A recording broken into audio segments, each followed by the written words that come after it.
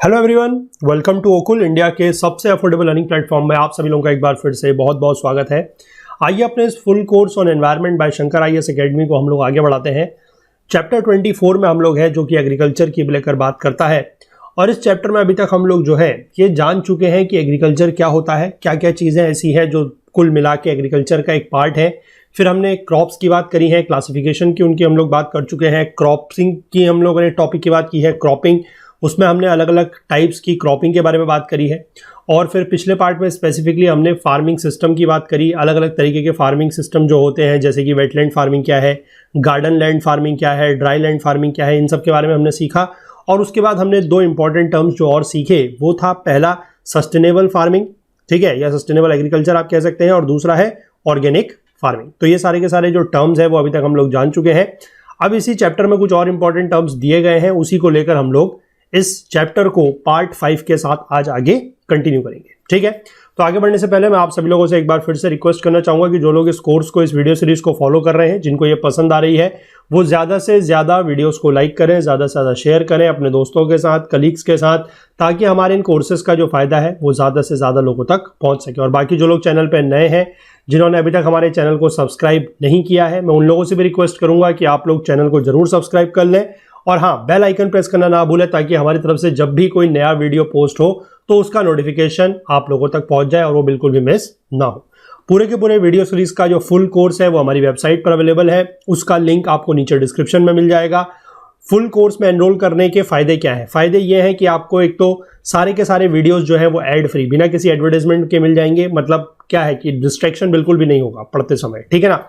और साथ ही साथ चैप्टर वाइज नोट्स आप लोगों को जो है वहां पर अवेलेबल किए जा रहे हैं, तो आप वहां से भी उन नोट्स को डाउनलोड कर सकते हैं पीडीएफ के फॉर्म में। आप चाहें तो उनको ऑनलाइन फॉर्मेट में पढ़ सकते हैं, मतलब सॉफ्ट कॉपी में पढ़ सकते हैं, या फिर आप उनके प्रिंट निकाल के भी जो है वो पढ़ सकते हैं, ठीक है। तो ये सारे के सारे जो फायदे हैं वो आपको कोर्स के अंतर्गत दिए जा रहे हैं।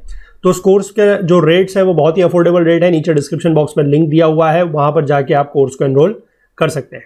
तो चलिए फिलहाल हम लोग जो है अपना discussion on this chapter 24 agriculture को पार्ट 5 के साथ आगे कंटिन्यू करते हैं।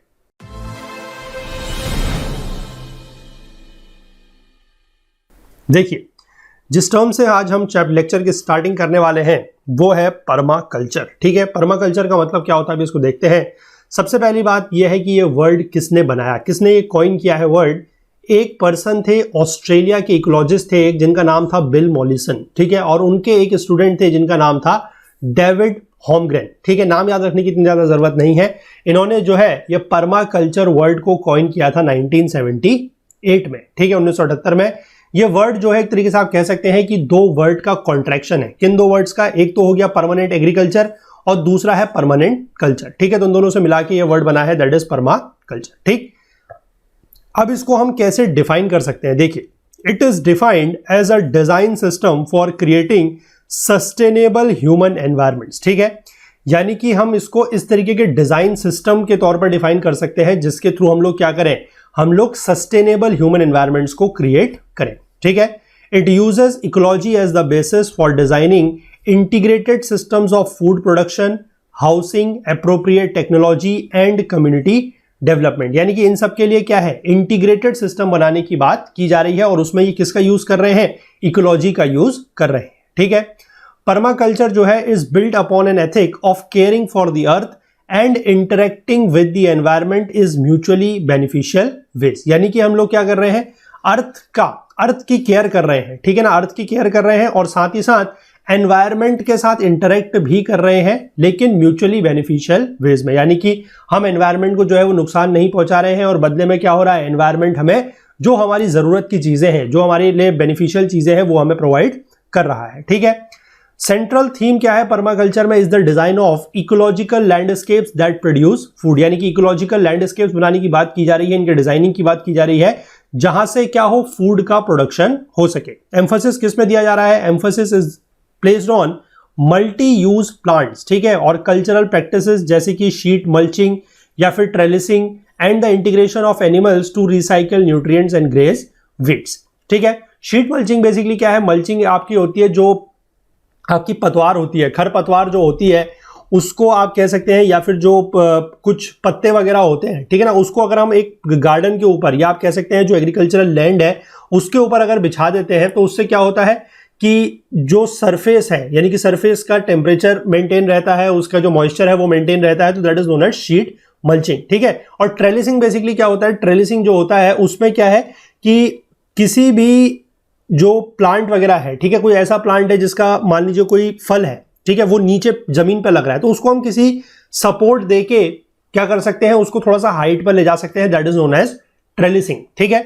और यहां पर एनिमल्स के इंटीग्रेशन की भी बात है, ताकि वो लोग क्या कर सकें, एनिमल जो है वो न्यूट्रिएंट्स को रिसाइकिल कर सकें और जो वीड्स वगैरह होती है उनको वो ग्रेज कर सके। तो इसमें देखिए एनिमल्स का भी फायदा होगा, ठीक है ना, क्योंकि अगर एनिमल्स को न्यूट्रिएंट्स मिल रहा है, वो अगर वीड्स को ग्रेज कर रहे हैं तो उनको भी फायदा हो रहा है, ग्रेजिंग उनको हो रही है, और साथ ही साथ अगर वो लोग ग्रेज कर रहे हैं वीड्स को तो वीड्स भी खत्म हो रही है, तो उससे प्लांट्स का भी फायदा है, ठीक है।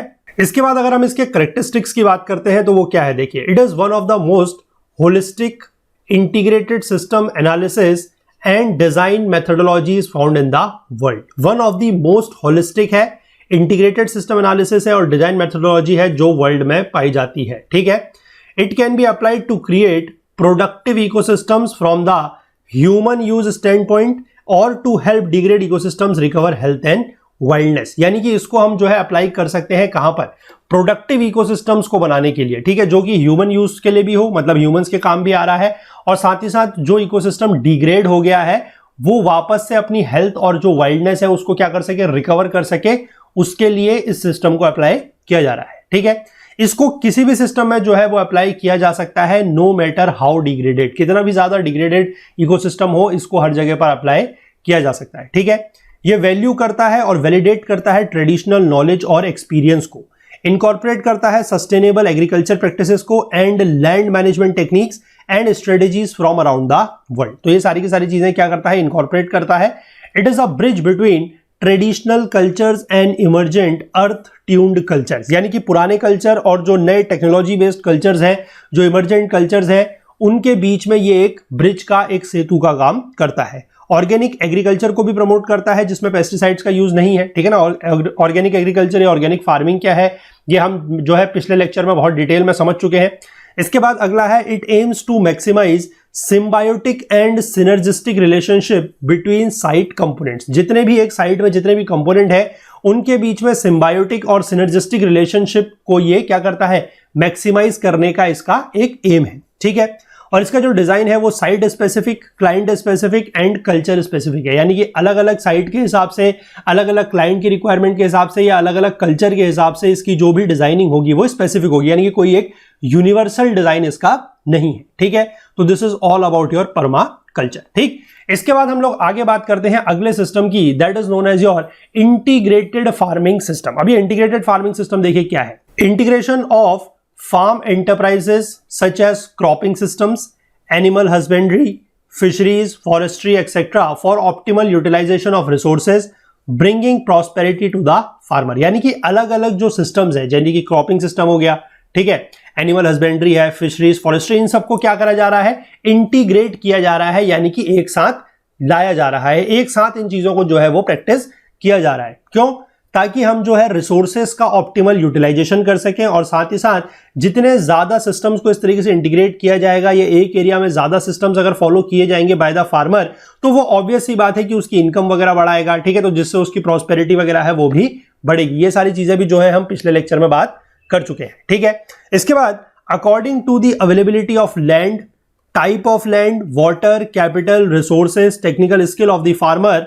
market facilities etc, the components of farming system are to be chosen and adopted for better results। यानी कि इन सारे के सारे रिसोर्सेज की अवेलेबिलिटी को देखते हुए कि हमारे पास लैंड कितनी है, ठीक है, किस प्रकार की लैंड है, पानी कितना है हमारे पास, कैपिटल यानी कि पूंजी कितनी है जो हमें, जिसके थ्रू हम लोग जो है इक्विपमेंट्स वगैरह जो है खरीदेंगे, ठीक है ना, रिसोर्सेज बाकी कितने हैं, फार्मर की टेक्निकल स्किल कैसी है, मार्केट फैसिलिटीज कैसी है कि अगर हमारा प्रोडक्शन हो रहा है तो क्या हम उसको लोगों तक पहुंचाने के लिए मार्केट तक ला सकते हैं या नहीं ला सकते हैं, वो सारी चीजें जो है उन सबको देखने के बाद जो फार्मिंग सिस्टम के कंपोनेंट्स हैं उनको चूज किया जाना चाहिए और अडॉप्ट किया जाना चाहिए ताकि हमें बेहतर परिणाम या बेटर रिजल्ट्स मिल सके, ठीक है। इसके बाद हम बात कर लेते हैं कि ये जो इंटीग्रेटेड फार्मिंग सिस्टम है इसके फायदे या बेनिफिट्स क्या हैं। देखिए, सबसे पहला तो ये है कि study income other than income from regular cropping, क्योंकि ऑब्वियस सी बात है अगर फार्मर जो है वो सिर्फ एक क्रॉपिंग कर रहा है, यानी कि फसल अगर उगा रहा है, तो उसकी जो इनकम है वो क्या होगी, मतलब एक सीमित इनकम होगी, रेगुलर इनकम होगी। लेकिन अगर वो और सारे जो भी कंपोनेंट्स हैं, जैसे कि आपको मैंने बताया एनिमल हस्बेंड्री है, फिशरीज है, फॉरेस्ट्री है, ठीक है ना, पीछे हमने बात करी थी कि बी कीपिंग वगैरह है, मधुमक्खी पालन जो होता है, अगर वो इन सब चीजों को मिलाकर एक साथ कर रहा है तो उसकी जो इनकम वगैरह है वो क्या होगी, थोड़ा सा ज्यादा हो जाएगी। ठीक है, दूसरी बात है कि रिस्क कवरेज जो है वो भी होगी due to subsidiary allocation in the event of unexpected crop failure. अब मान लीजिए कोई किसान है, वो सिर्फ और सिर्फ अगर फसल उगाता है, और इंडिया में तो आपको वैसे ही पता है कि ज्यादातर जो फसल वगैरह है वो किस पर आधारित है, या तो इरिगेशन पर और या फिर मॉनसून पर, रेन पर, है ना। तो मान लीजिए कभी अगर किसी के पास इरिगेशन फैसिलिटी नहीं है और अगर बारिश भी प्रॉपर नहीं हुई, उस साल मॉनसून नहीं हुआ और उसकी फसल बर्बाद हो गई, तो बेचारा किसान करेगा क्या, है ना। फिर इसीलिए आपने देखा है कि किसान वगैरह जो है काफी ज्यादा कर्जा वगैरह लेते हैं, और बाद में उनकी फसल अगर इस तरीके से बर्बाद हो जाए या उनको अपनी फसल का जो प्रॉपर दाम है, जो प्रॉपर प्राइस वगैरह है वो नहीं मिल पाता, तो काफी सारे किसानों की जो खुदकुशी करने की बात या आत्महत्या करने की बात जो है वो आए दिन न्यूज में देखने को मिलती रहती है। तो उससे ये बेटर है कि वो एक चीज के साथ और सारी चीजें भी करे। अगर मान लीजिए उसकी क्रॉप फेल भी करती है तो वो और चीजों से जो है अपना इनकम कर सकता है, अपना गुजारा जो है वो चला सकता है। ठीक है, अब ऑब्वियस सी बात है अगर ज्यादा अपॉर्चुनिटीज होंगी या ज्यादा कंपोनेंट्स उसमें इन्वॉल्व होंगे तो एम्प्लॉयमेंट अपॉर्चुनिटी भी बढ़ेगी, है ना, ज्यादा लोग जो है वो एम्प्लॉयमेंट हो सकता है, प्रोडक्टिविटी बढ़ेगी, क्योंकि सिर्फ और सिर्फ क्रॉपिंग नहीं है और भी सारी चीजें हैं, तो प्रोडक्टिविटी बढ़ रही है। Augmented returns and recycling of Organics, ये सब भी हो रहा है। ठीक है, जैसे वही हमने बात करी थी कि एनिमल का जो डंग वगैरह होगा, जो काउ डंग वगैरह है, उसको हम एज अ मैन्योर यूज कर सकते हैं, तो ऑर्गेनिक्स का रिसाइकलिंग भी यहां पर हो रही है। ठीक है, मार्जिनल और सब मार्जिनल फार्मर जो है उनके द्वारा इजीली इसको अडॉप्ट किया जा सकता है। General upliftment of farm activities, जो फार्म एक्टिविटीज है उनका जनरल अपलिफ्ट हो रहा है। Land, labour, time and available manures in the farm का बेटर यूटिलाइजेशन या बेहतर तरीके से हम क्या कर पा रहे हैं, यूज कर पा रहे हैं। ठीक है, आई होप ये चीजें जो है आपको यहां तक बिल्कुल अच्छे से समझ में आ रही है। इसके बाद अगर हम बात करते हैं कि प्लांट ग्रोथ में क्या क्या एलिमेंट्स की रिक्वायरमेंट है उसके बारे में। ठीक है, इसमें कुछ प्रकार के न्यूट्रिएंट्स हैं, कुछ मैक्रो न्यूट्रिएंट्स हैं यानी कि जो ज्यादा मात्रा में जिनकी जरूरत होती है, कुछ माइक्रो न्यूट्रिएंट्स हैं जिनकी कंसंट्रेशन बहुत कम होती है, तो उनके बारे में हम लोग यहां पर बात करते हैं। ठीक है, मैक्रो न्यूट्रिएंट्स क्या है, based on the relative abundance in plant, यानी कि प्लांट में कितने ज्यादा ये न्यूट्रिएंट्स पाए जाते हैं उसके आधार पर इनको मैक्रो और माइक्रो दो कैटेगरीज में क्या किया गया है, क्लासिफाई किया गया है। ठीक है, तो आप यहां पर जो है ये याद आपको रखना है कि कौन सा मैक्रो है और कौन सा माइक्रो है। ठीक है, तो मैक्रो की अगर हम बात कर लें तो we have nitrogen, phosphorus, potassium, sulphur, calcium and magnesium, ये सारे के सारे क्या है, these are your macro nutrients. ठीक, इसके बाद माइक्रो न्यूट्रिएंट्स की बात कर लेते हैं तो इनका कंसंट्रेशन काफी कम है और इसीलिए इनको जो है माइनर एलिमेंट्स भी बोला जाता है। ठीक है, अब देखिए ये कौन कौन से हैं, आयरन है, जिंक है, मैंगनीज है, कॉपर है। ठीक है, और ये Mn होगा। ठीक है, मैंगनीज है तो Mn होगा बिकॉज Mg इज मैग्नीशियम। ठीक है, इसको थोड़ा सा करेक्ट कर लीजिएगा। यहां पर फिर बोरोन है, क्लोरीन है, मॉलिब्डेनम है, तो ये सारे के सारे हैं। और कुछ प्लांट्स में जो है इनके अलावा सोडियम, कोबाल्ट, वेनेडियम, निकल और सिलिकॉन भी जो है वो भी पाए जाते हैं as a essential micro nutrients. तो थोड़ा सा आप इनको ध्यान रखिएगा कि कौन से मैक्रो है और कौन से माइक्रो है। ठीक है, थोड़ा बहुत यहां पर जो है मैक्रो न्यूट्रिएंट्स के बारे में डिस्कशन दिया गया है, तो थोड़ा सा इसके बारे में देख लेते हैं। सबसे पहले दिया गया है नाइट्रोजन। नाइट्रोजन क्या है, एक असेंशियल कंस्टिट्यूएंट है किसका, प्रोटीन्स का, and is present in many other compounds of great physiological importance in plant metabolism. तो प्लांट के मेटाबॉलिज्म में जो भी फिजियोलॉजिकल इंपॉर्टेंस के कंपाउंड होते हैं वहां पर ये प्रोटीन जो है पाया जाता है। ठीक है, और ये जो क्लोरोफिल होता है, क्लोरोफिल क्या होता है, primary observer of light energy needed for photosynthesis. आपको पता है कि जो ग्रीन प्लांट्स होते हैं उनमें एक पिगमेंट होता है जिसको बोलते हैं क्लोरोफिल, जिसकी वजह से वो अपना खाना खुद बना सकते हैं, है ना, जो फोटोसिंथेसिस की प्रोसेस है वो कर सकते हैं green plants because they have the presence of this pigment that is known as chlorophyll. तो क्लोरोफिल का भी इंटीग्रेटेड पार्ट क्या है, नाइट्रोजन ओनली। ठीक, दूसरा नाइट्रोजन क्या करता है, vigorous vegetative growth and dark green colour to the plants, यानी कि जो वेजिटेटिव ग्रोथ होती है, जो वेजिटेशन उगती है, जो उसकी ग्रो होती है विग्रस यानी कि तेजी से जो बढ़ रही है, वो नाइट्रोजन। अगर कोई प्लांट ऐसे हैं जो जिनकी ग्रोथ काफी कम है तो आप उसमें समझिएगा कि नाइट्रोजन की उसमें क्या है, कमी है। ठीक है, और डार्क ग्रीन कलर जो है प्लांट्स को कौन देता है, that is also provided by nitrogen. इसके बाद जो अगला मैक्रोन्यूट्रिएंट है दैट इज योर फॉस्फोरस। ठीक है, फॉस्फोरस क्या है? Is an essential part of the enzymes which help the crop to fix light energy. Light energy को फिक्स करने के लिए जिस एंजाइम की जरूरत होती है, फॉस्फोरस उसका एक इंपॉर्टेंट पार्ट है। और साथ ही साथ ये जो न्यूक्लिक एसिड है उनका भी इंटीग्रल पार्ट है, the carriers of genetic information and is important in stimulating root growth. Root की जो ग्रोथ है यानी कि जो जड़ है, जो जड़ बढ़ती है उसको स्टिमुलेट करने के लिए, उसको तेज करने के लिए किसका यूज है? फॉस्फोरस का। ठीक है, इसके बाद जो अगला है that is potassium. Potassium is involved in the processes which ensure carbon assimilation and the transportation of photosynthetes throughout the plant for growth and storage of sugars and proteins। photosynthetes मतलब जो photosynthesis के product होते हैं वो। ठीक है, कि वो जैसे हमें पता है कि लीव्स क्या होती है, लीव्स को क्या बोला जाता है? लीव्स आर द किचन, जहां पर खाना बनता है, because they have the chlorophyll. तो उन लीव्स में जब खाना बन रहा है तो वहां से बाकी जो प्लांट के पार्ट्स है वहां सब तक जो ट्रांसपोर्टेशन होता है वो किसकी हेल्प से होता है? किस माइक्रोन्यूट्रिएंट की हेल्प से होता है? That is through potassium. ठीक है, तो the potassium ion is also important for water regulation and Uptake. यानी कि जो मिट्टी में अगर पानी हम डाल रहे हैं तो वो जड़ों के थ्रू ऊपर जाता है ना, रूट्स के थ्रू, तो वो अपटेक भी किसके हेल्प से होता है? पोटेशियम के थ्रू। Furthermore the presence of potassium in sufficient amounts ensure resistance to frost, drought and certain diseases. यानी कि पोटेशियम अगर कुछ सफिशिएंट मात्रा में अवेलेबल है तो फिर जो प्लांट्स वगैरह हैं वो फ्रॉस्ट से, ड्राउट से और कुछ डिजीजेस से भी क्या हो जाते हैं? रेजिस्टेंस उनमें पैदा हो जाती है। और आपको एक चीज मैं इंपॉर्टेंट बताऊं, जो हमने सिंथेटिक फर्टिलाइजर्स की बात करी थी उनमें जो मेजर कंपोनेंट या जो आप कह सकते हैं मेन कंपोनेंट होता है वो यही होते हैं। ठीक है, यही तीन चीजें होती हैं, that is your N, P और के। ठीक है, एन मतलब नाइट्रोजन, पी मतलब फॉस्फोरस और के मतलब पोटेशियम। तो एनपी के जो है they are present in the synthetic fertilisers. इस चीज को भी आप ज्यादा ध्यान रखिएगा, मतलब और चीजें भी होती है लेकिन ज्यादा मात्रा में यही चीज पाई जाती है। ठीक, इसके बाद अगला है मैग्नीशियम। मैग्नीशियम जो है वो क्लोरोफिल में पाया जाता है and is also an activator of enzymes. Sulphur कहां पर पाया जाता है? Sulphur forms part of 2 essential amino acids which are among the main building block of protein. It is also found in vitamin B1 and in several important enzymes. Calcium जो है उसकी जरूरत क्यों पड़ती है? प्लांट की ग्रोथ के लिए, सेल डिवीजन के लिए और एनलार्जमेंट के लिए। The growth of root and shoot tips and storage organs is also affected by calcium as it is the component of cell membrane. Calcium is also vital for pollen growth and to prevent leaf fall. यानी कि किसी plant में अगर पत्ते बहुत ज्यादा झड़ रहे हैं तो आप समझिएगा कि उसमें क्या है? कैल्शियम की उस पेड़ में कमी है। ठीक है, तो कैल्शियम की कमी सिर्फ इंसानों में नहीं होती है, पेड़ पौधों में भी होती है और उससे भी इनका नुकसान जो है वो हो रहा है। ठीक, इसके बाद अगर हम लोग बात करते हैं मैन्योर्स की। मैन्योर मतलब क्या है? मैन्योर मतलब होता है खाद। ठीक, मैन्योर क्या है? Manure are the plant and animal waste that are used as source of plant nutrients. ठीक है, यानी कि एक तरीके से आप देखा जाए तो प्लांट और एनिमल का जो वेस्ट है वो है मैन्योर और कुछ नहीं है। ठीक है, जिसको हम लोग क्या करते हैं? एज अ प्लांट न्यूट्रिएंट के सोर्स के तौर पर इस्तेमाल करते हैं। They release nutrients after their decomposition. अब जब ये एनिमल और प्लांट का जो वेस्ट है जब वो डिकम्पोज करता है यानी कि जब वो सड़ जाता है तो उसके बाद उसमें से न्यूट्रिएंट्स जो है वो रिलीज होते हैं और उसी न्यूट्रिएंट्स को हम क्या है कि बाकी जो पेड़ उग रहा है, जो पौधे उग रहे हैं उनके लिए यूज कर सकते हैं। ठीक है, मैन्योर जो है इनको बल्कि ऑर्गेनिक मैन्योर्स और कंसंट्रेटेड ऑर्गेनिक मैन्योर्स में ग्रुप किया जा सकता है।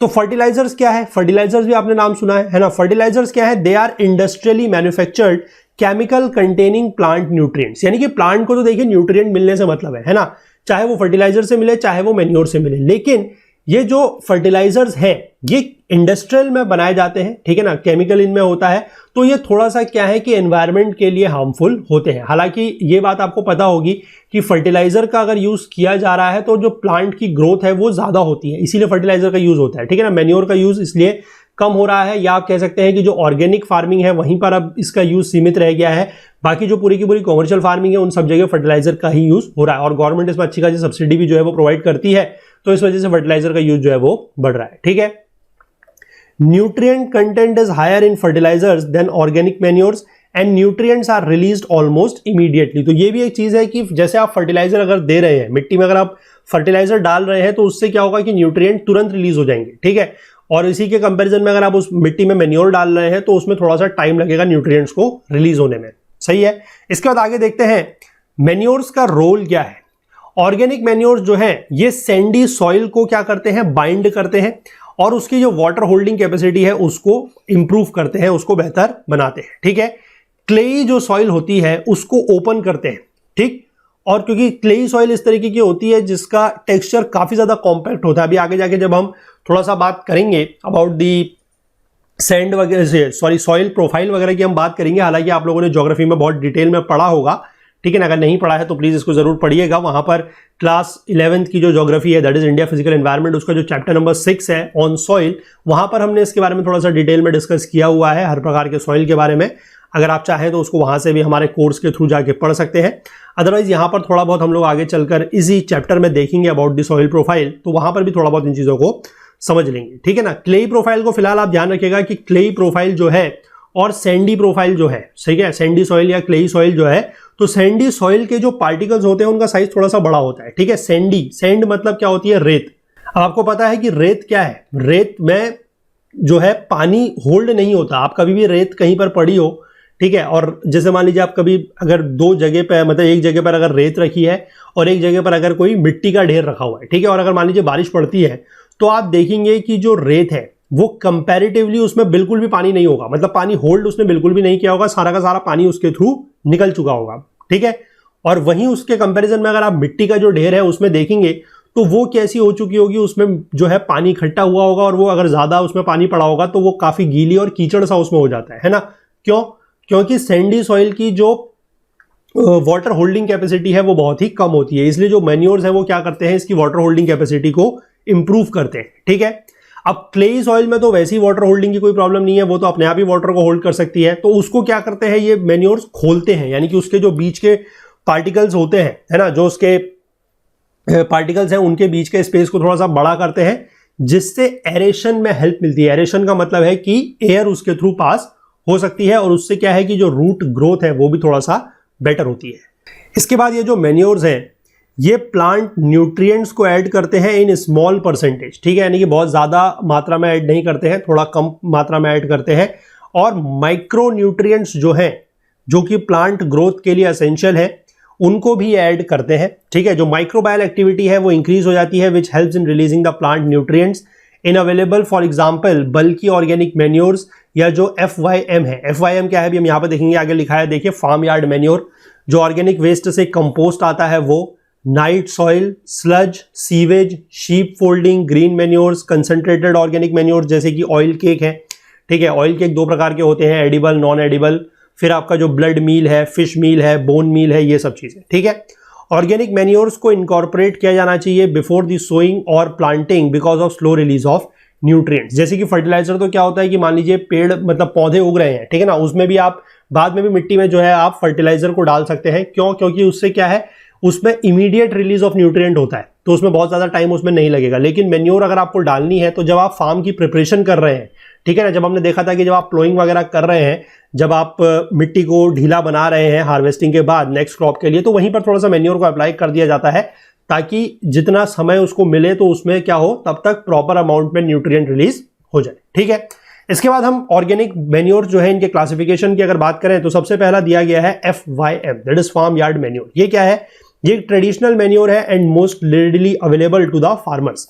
Farm yard manure is a decomposed mixture of cattle dung and urine with straw and litter used as bedding material and residues from the fodder feed to the cattle। ठीक है, यानी कि जो कैटल डंग है और जो उनकी यूरिन है उसका ये डिकम्पोज्ड मिक्सचर है। ठीक है, साथ ही साथ उसमें स्ट्रॉ जो है, यानी कि जो भूसा वगैरह है, जो लिटर वगैरह है, यानी कि जो पत्ते वगैरह गिरे हैं उनका यूज करते हैं, और जो फॉडर कैटल को दिया जाता है उससे जो रेसिड्यू बच जाता है उसको भी मिला के ये फार्म यार्ड मैन्योर बनाई जाती है। इसके बाद कंपोस्ट मैन्योर क्या है?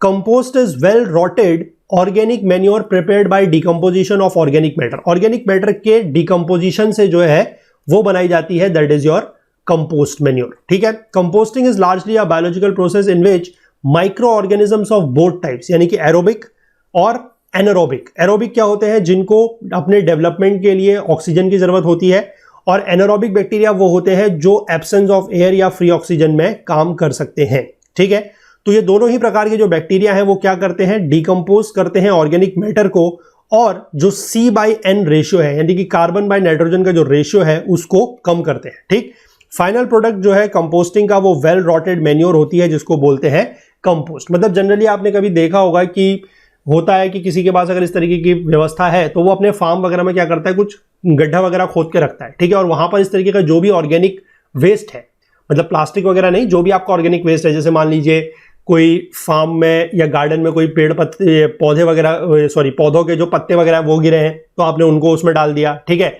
आपका जो किचन का जो वेस्ट है, मतलब किचन का वेस्ट मतलब जो आपके फलों के सब्जियों के जो छिलके वगैरह हैं वो आपने उसमें डाल दिए। कोई आपके पास अगर एनिमल है, ठीक है ना, जैसे काऊ वगैरह है तो उसका काऊ डंग जो है वो उसमें डाल दिया आपने, यूरिन वगैरह जो है इसकी वो उसमें डाल दी, तो उससे क्या होगा, उसका प्रॉपर डिकम्पोजिशन होता है। और जनरली ये चीजें जो है शहरों में तो खैर आपको नहीं देखने को मिलेगी, जो गाँव वगैरह में जिनके पास आपने देखा होगा कि कैटल्स वगैरह होती हैं, जिनके पास गाय वगैरह होती है ना, उनके घरों में आपने कभी अगर गए हो या कभी आप किसी ऐसे व्यक्ति को जानते हो तो वहां पर आप ये चीज देखिएगा, क्योंकि उनके पास कैटल डंग वगैरह जो है वो काफी ज्यादा होता है, तो वो इस तरह की कंपोस्टिंग की जो व्यवस्था है वो बना के रखते हैं, तो उससे फिर ये कंपोस्ट बनता है और ये काफी बढ़िया जो है मैन्योर अपने आप में रहती है, ठीक है। इसके बाद जो शीप एंड गोट के ड्रॉपिंग्स है, यानी कि उनका भी जो वेस्ट है उसको भी यूज किया जा सकता है, ये भी एक वैल्यूएबल ऑर्गेनिक मैन्योर है, ठीक है। इसमें 0.5 से लेकर 0.7% तक नाइट्रोजन और 0.4 से 0.6% तक P2O5 यानी कि फॉस्फोरस पेंटॉक्साइड होता है, 0.3 से 1% तक K2O, ठीक है, यानी कि पोटेशियम ऑक्साइड होता है, और ये हर तरीके के क्रॉप्स के लिए इफेक्टिव रहती है, ठीक। इसके बाद कंसंट्रेटेड ऑर्गेनिक मैन्योर्स की अगर हम बात करें तो वो है oil cakes. There are many varieties of oil cakes which contain not only nitrogen but also some P यानी कि फॉस्फोरस और potassium along with large percentage of organic matter. ये जो ऑयल केक्स हैं ये दो प्रकार के होते हैं, एडिबल भी होते हैं, नॉन एडिबल भी होते हैं, ठीक है। एडिबल का मतलब आपके और हमारे खाने के लिए नहीं है, ये कैटल को हम इससे फीड कर सकते हैं, या फिर जिनको कैटल को फीड नहीं किया जा सकता they are known as non edible oil cakes, ठीक। ऑयल केक्स जनरली क्या होते हैं, जो हमारे इस तरीके के कोई भी प्लांट्स होते हैं जिनमें से हम लोग लिक्विड को एक्सट्रैक्ट करते हैं, है ना, जैसे कि मान लीजिए कोई इस तरीके का पौधा है जिसमें से ऑयल वगैरह एक्सट्रैक्ट हो सकता है, लिक्विड एक्सट्रैक्ट हो सकता है, तो उसको एक्सट्रैक्ट करने के बाद जो चीज बचती है उसको थोड़ा बहुत प्रोसेसिंग की जाती है, that is known as an oil cake, ठीक। ऑयल केक जो है वो क्विक एक्टिंग ऑर्गेनिक मैन्योर है। Though they are insoluble in water, their nitrogen became quickly available to plants in about a week और in 10 days after application. हालांकि ये जो है वाटर में इनसॉल्युबल है, यानी कि पानी में घुलते नहीं है, लेकिन फिर भी इनको जब हम अप्लाई करते हैं तो इसकी जो नाइट्रोजन है वो क्विकली मिल जाती है प्लांट्स को हफ्ते या 10 दिन के अंदर, ठीक है। इसके बाद जो अगला कंसंट्रेटेड ऑर्गेनिक मैन्योर है that is your bone meal. ये बोन मील क्या है, बोन तो आप समझते हैं हड्डियां, है ना, जो स्लॉटर हाउसेज होते हैं या फिर जो एनिमल के कैरकेस होते हैं, कैरकेस मतलब जो डेड एनिमल का रिमेन होता है, उसमें से जो बोन्स वगैरह आती हैं या फिर जो मीट इंडस्ट्री से बोन वगैरह आती हैं वो क्या कंस्टिट्यूट करती है, बोन मील, जो कि ओल्डेस्ट फॉस्फेटिक फर्टिलाइजर है, ठीक है, और इसमें भी कुछ नाइट्रोजन जो है वो प्रेजेंट रहता है। इसके बाद फिश मील क्या है, फिश मैन्योर और meal is processed by drying non edible fish. कुछ फिशेज ऐसी होती है जिनको खाया नहीं जा सकता, नॉन एडिबल होती है, ठीक है, क्योंकि अगर एडिबल फिशेज होंगे तो उनका तो इस तरीके से मैन्योर के लिए यूज आप समझ ही लीजिए कि पॉसिबल ही नहीं, क्योंकि वो तो बचेंगे ही नहीं, उनको तो सब खा लिया जाएगा, है ना। तो नॉन एडिबल फिश जो है उनको हम क्या करते हैं, ड्राई करते हैं, सुखाते हैं, या फिर जो फिशेस के भी कैरकेस वगैरह हैं, जो फिश अगर डाई कर गई हैं तो उनका जो रिमेन वगैरह है और जो फिश इंडस्ट्री से वेस्ट निकलता है उनको प्रोसेस करके बनाया जाता है फिश मैन्योर या फिर फिश मील, ठीक है। इसमें 4 से 10% तक नाइट्रोजन, 3 से 9% तक फॉस्फोरस और 0.3 से 1.5% तक पोटेशियम रहता है, ठीक है। फिश मील जो है वो एक क्विक एक्टिंग ऑर्गेनिक मैन्योर है and is suitable for application to all crops on all soils, यानी कि हर तरीके की क्रॉप में और हर तरीके के सॉइल में इसका इस्तेमाल भी हम कर सकते हैं, ठीक है। इसके बाद आ जाता है ग्रीन मैन्योरिंग। ग्रीन मैन्योरिंग क्या है, it is a practice of प्लविंग in the green plant grown in the field or adding green plants from outside and incorporating them into the soil for improving the physical structure as well as the fertility of the soil। यानी कि हम इसमें क्या करते हैं, जो green plant field में उग रहे हैं, मतलब जो प्लांट में जो प्लांट उग रहे हैं फील्ड में, वहां पर हम प्लॉ करके कुछ ग्रीन प्लांट जो है वो बाहर से ऐड करते हैं, ठीक है। और इससे क्या होता है कि जो फिजिकल स्ट्रक्चर है और फर्टिलिटी ऑफ द सॉइल है, यानी कि जो सॉइल की आप कह सकते हैं जो क्षमता है, जो उपजाऊ क्षमता है वो बढ़ जाती है, ठीक है। जैसे कि कुछ प्लांट यहाँ पर दिए गए हैं विच इज सेनहेम्प, धाइचा, पिलीपेप्सेरा, शेरवी, उर्द, मूंग, काउपी, बेरसिम, सेंजी एक्सेट्रा, इनको हम एज अ ग्रीन मैन्योरिंग में यूज करते हैं, ठीक है। इसके बाद आ जाता है ग्रीन लीफ मैन्योरिंग। अब ये क्या है, green leaf manuring refers to adding the green leaf and green twigs from the legume plants or trees to the field and then incorporating them into the soil by plowing। ठीक है, यानी कि इसमें हम क्या है कि जो लेग्यूम प्लांट्स होते हैं यानी कि जो फलीदार पौधे होते हैं उनके ग्रीन लीफ और ग्रीन ट्विग्स जो होते हैं, ट्विग्स मतलब जो छोटी छोटी ब्रांचेस वगैरह होती हैं, उनको हम क्या करते हैं उसमें ऐड करते हैं। ठीक है, फील्ड में ऐड करते हैं और बाद में उनको जुताई करके यानी कि जो मिट्टी वगैरह है उसकी प्लोइंग करके जुताई करके हम उनको सॉइल में मिला देते हैं। एग्जाम्पल दिया गया है ग्लायरीसीडिया, वाइल्ड धायचा, करान जिसको पोंगामिया बोलते हैं, या फिर ल्यूकेना। ठीक है, इसके बाद बायो फर्टिलाइजर्स की अगर हम बात कर लें तो ये क्या है, देखिए bio fertilisers are the preparations containing live और latent cells of efficient strains of nitrogen fixing, phosphate solubilizing and cellulitic microorganisms used for application to seed or composting areas with the objective of increasing the number of such microorganisms and accelerating those microbial processes which augment the availability of nutrients that can be easily assimilated by the plants। ठीक है, यानी कि bio fertiliser क्या है जिनमें live और latent cell है। Latent मतलब जो अब लाइव नहीं है। ठीक है, कुछ ऐसे नाइट्रोजन फिक्सिंग या फिर फॉस्फेट सॉल्युबलाइजिंग या फिर सेल्यूलाइटिक माइक्रो ऑर्गेनिजम्स है उनका यूज करते हैं। ठीक है, इनको सीड में अप्लाई किया जा सकता है या फिर जो कंपोस्टिंग एरियाज है वहां पर इनका यूज करते हैं। क्यों? ताकि इस तरीके के जो माइक्रो ऑर्गेनिजम्स हैं वो क्या हो, उनका नंबर जो है वहां पर बढ़ जाए। ठीक है, और जो माइक्रोबायल प्रोसेस है उसकी जो रेट है, जो उसकी गति है वो उसको थोड़ा सा क्या हो, एक्सेलरेशन मिले, वो तेजी से हो, ताकि जो प्लांट के द्वारा एसिमिलेशन किया जाता है जिन न्यूट्रिएंट्स का, उनकी अवेलेबिलिटी को क्या करें, ये ऑगमेंट करें। ठीक, यानी कि उनको हेल्प करें। इसके बाद जो बायो फर्टिलाइजर्स हैं they harness atmospheric nitrogen with the help of specialised micro organisms which may be free living in soil और सिम्बायोटिक विद प्लांट्स। जो बायो फर्टिलाइजर्स हैं ये क्या करते हैं कि एटमॉस्फेरिक नाइट्रोजन को भी ये हार्नेस कर सकते हैं, कुछ स्पेशलाइज्ड माइक्रो ऑर्गेनिजम्स इसमें होते हैं उसके थ्रू। ठीक है ना, और इस तरीके के जो आपके स्पेशलाइज्ड माइक्रो ऑर्गेनिजम्स हैं या तो वो मिट्टी में फ्रीली रह रहे होंगे या फिर वो प्लांट्स के साथ सिम्बायोटिक होंगे, तो वो इस तरीके से नाइट्रोजन जो एटमॉस्फेरिक नाइट्रोजन है उसको फिक्स कर सकते हैं। ठीक है, कुछ नाइट्रोजन फिक्सर्स के नाम यहां पर दिए गए हैं, जैसे कि जो सिम्बायोटिक रिलेशनशिप पे है दैट इज योर राइजोबियम और इनोक्यूलेंट्स फॉर लेग्यूम्स। नॉन सिम्बायोटिक की अगर हम बात करें तो सीरियल्स, मिलेट्स और वेजिटेबल्स के लिए बैक्टीरिया यहां पर दिए गए हैं, एरोबिक, एजेटोबैक्टर, एजोमोनास, ठीक है, एजोस्पिरिलम। एनारोबिक की बात करें तो क्लोस्टेरिडियम, क्लोरोबियम। फैकल्टेटिव एनारोब्स की बात करें तो बैसिलस और इशीरिया। ठीक है, अब इसके आप इतने ज्यादा नाम मतलब थोड़ा सा टिपिकल हैं तो उसमें आप परेशान होने की जरूरत नहीं है।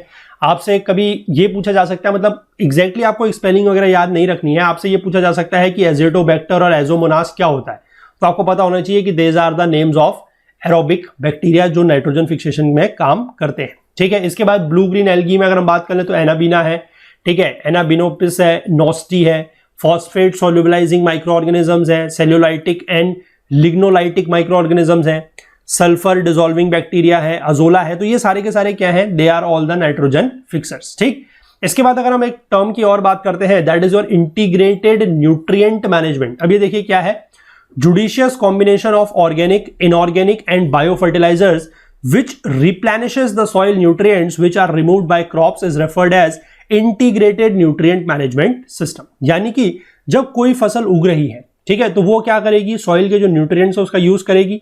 अब जब हमने वो फसल हार्वेस्ट कर ली तो उस क्रॉप्स के साथ वो न्यूट्रिएंट्स भी मिट्टी से, सॉइल से चले जाएंगे। ठीक है, तो हमें क्या करना है, हम कुछ ऑर्गेनिक, इनऑर्गेनिक और बायो फर्टिलाइजर्स का एक कॉम्बिनेशन बनाएंगे, जिससे क्या होगा कि उस सॉइल का जो न्यूट्रिएंट चले गए हैं उस प्लांट के साथ, उस क्रॉप के साथ, वो वापस से उसमें वापस आ जाए, रिप्लेनिश हो जाए। ठीक है, और इसी पूरे के पूरे सिस्टम को बोला जाता है इंटीग्रेटेड न्यूट्रिएंट मैनेजमेंट सिस्टम। ठीक, to sustain the productivity of different crops and cropping systems efficient nutrient management is vital. जो प्रोडक्टिविटी है क्रॉप्स की या क्रॉपिंग सिस्टम की, उसको सस्टेन करने के लिए, यानी कि उसको लंबे समय तक जारी रखने के लिए एफिशिएंट न्यूट्रिएंट मैनेजमेंट होना बहुत ही ज्यादा जरूरी है। There is a need to develop more efficient economic and integrated system of nutrient management for realising high crop productivity without diminishing soil fertility. हमें ज्यादा से ज्यादा एफिशिएंट इकोनॉमिक और इंटीग्रेटेड सिस्टम जो है न्यूट्रिएंट मैनेजमेंट का, वो डेवलप करने की जरूरत है, ताकि क्या कर सके हम, जो हमारी क्रॉप की प्रोडक्टिविटी है उसको बढ़ा सके और साथ ही साथ जो सॉइल की फर्टिलिटी है उसको भी कम होने से बचाया जा सके। क्योंकि ये इंटीग्रेटेड न्यूट्रिएंट मैनेजमेंट सिस्टम का मतलब ही वही है कि हम जो सॉइल की फर्टिलिटी है या जो सॉइल के न्यूट्रिएंट्स हैं जो क्रॉप के साथ चले गए हैं उससे, उसको हम क्या कर पाए, रिप्लेनिश कर पाए। ठीक है, तो इस चैप्टर को, इस पार्ट को आज हम इतना ही रखते हैं। आई होप कि यहां तक चीजें आपको बिल्कुल क्लियर है। मैंने पहले ही आपको बताया था कि चैप्टर थोड़ा सा लंबा जरूर है लेकिन डिफिकल्ट बिल्कुल भी नहीं है ना। और काफी सारी चीजें तो ऐसी हैं जो आप में से काफी सारे लोगों को आई होप कि पता होंगी। ठीक है ना, मतलब जो इन फार्मिंग वगैरह से जुड़े हुए लोग हैं उनको पता होंगी, बाकी जिनको नहीं भी पता है तो परेशान होने की कोई जरूरत नहीं है। ठीक है, ये बात मैंने सिर्फ इसीलिए कही थी कि कुछ लोगों को हो सकता है जो फार्मिंग वगैरह से जुड़े हुए हैं, जिनका बैकग्राउंड फार्मिंग का, एग्रीकल्चर का रहा है, तो उनको ये चीजें पता होंगी। बाकी जिनको नहीं पता है तो उनके लिए तो हम यहाँ पर बैठे हैं, चीजें आपको बिल्कुल डिटेल में एक एक वर्ड, एक एक लाइन बाय लाइन समझा रहे हैं। और आई होप कि इस तरीके से पढ़ के आपको जरूर फायदा हो रहा है। ठीक है, अगर फायदा हो रहा है तो प्लीज वीडियोस को लाइक जरूर कीजिएगा, ज्यादा से ज्यादा शेयर कीजिएगा, क्योंकि हमारा जो मोटिव है, जो ऑब्जेक्टिव है वो यही है कि ज्यादा से ज्यादा लोगों तक इस तरीके की अफोर्डेबल एजुकेशन हम प्रोवाइड कर सके, सो दैट सभी लोगों का जो सपना है एग्जाम क्लियर करने का या जिंदगी में तरक्की पाने का, वो सिर्फ और सिर्फ इस वजह से ना रह जाए कि उनके पास पैसा नहीं है, वो महंगी जो कोचिंग है उसको अफोर्ड नहीं कर सकते हैं। ठीक है ना, तो इसीलिए पूरी की पूरी एजुकेशन सिस्टम को अफोर्डेबल बनाना हमारा एक लक्ष्य है। हालांकि बहुत छोटे स्तर से हम लोगों ने शुरुआत करी है, लेकिन अगर आप लोगों का साथ हमें मिलेगा, आप लोगों का प्यार, अगर सपोर्ट हमारे साथ होगा, प्यार आप हमारे साथ होगा, तो हम लोग जरूर जो है धीमे धीमे आगे बढ़ेंगे। ठीक है, तो प्लीज इस जो मुहिम है, जो ये हमारा लक्ष्य है, जो हमारा ऑब्जेक्टिव है, एम है, इसमें आप लोग जरूर अपना योगदान दीजिए। वीडियोस को लाइक जरूर कीजिए, ज्यादा से ज्यादा शेयर कीजिए, और साथ ही साथ नोट्स वगैरह की आपको रिक्वायरमेंट अगर है तो आप लोग फुल कोर्स में हमारे वेबसाइट पर भी एनरोल कर सकते हैं। वहां पर आपसे जो कॉस्ट ली जा रही है वो बहुत ही, जो चार्जेस लिए जा रहे हैं बहुत ही अफोर्डेबल है। सिर्फ और सिर्फ जितना एक वेबसाइट को मेंटेन करने के लिए, एक सर्वर को मेंटेन करने के लिए पैसा लिया जाता है, वही चीजें हम आपसे ले रहे हैं। ठीक है, तो इस पार्ट को यहीं पर रखते हैं। आगे का जो पार्ट रहेगा उसको हम आगे कंटिन्यू करेंगे, और मोस्ट प्रोबेबली 1 से 2 पार्ट और लगेंगे ये चैप्टर को कंप्लीट करने में। ठीक है, चलिए, तो कंटेंट रिलेटेड अगर आपको कोई भी डाउट होता है तो आप हमारा टेलीग्राम का जो ग्रुप है, that is Okul GS UPSC discussion forum, इसको ज्वाइन कर सकते हैं। इसका जो लिंक है वो आपको नीचे डिस्क्रिप्शन बॉक्स में मिल जाएगा, या फिर आप इसको टेलीग्राम में सर्च करके भी ज्वाइन कर सकते हैं, और अपने जो भी डाउट्स हैं, जो भी क्वेरीज है, वो आप हमसे यहाँ पर पूछ सकते हैं। इस पूरे के पूरे वीडियो सीरीज का जो फुल कोर्स है वो हमारी वेबसाइट पर अवेलेबल है, उसका भी लिंक आपको नीचे डिस्क्रिप्शन में मिल जाएगा। इस कोर्स को एक्सेस करने में हमारी वेबसाइट के थ्रू या कोर्स को परचेस करने में अगर आपको कोई भी टेक्निकल क्वेरी आती है तो आप हमसे व्हाट्सएप के थ्रू इस नंबर पर, या फिर जो हमारी ओकुल हेल्प डेस्क की ईमेल आईडी है उसके थ्रू भी कांटेक्ट कर सकते हैं।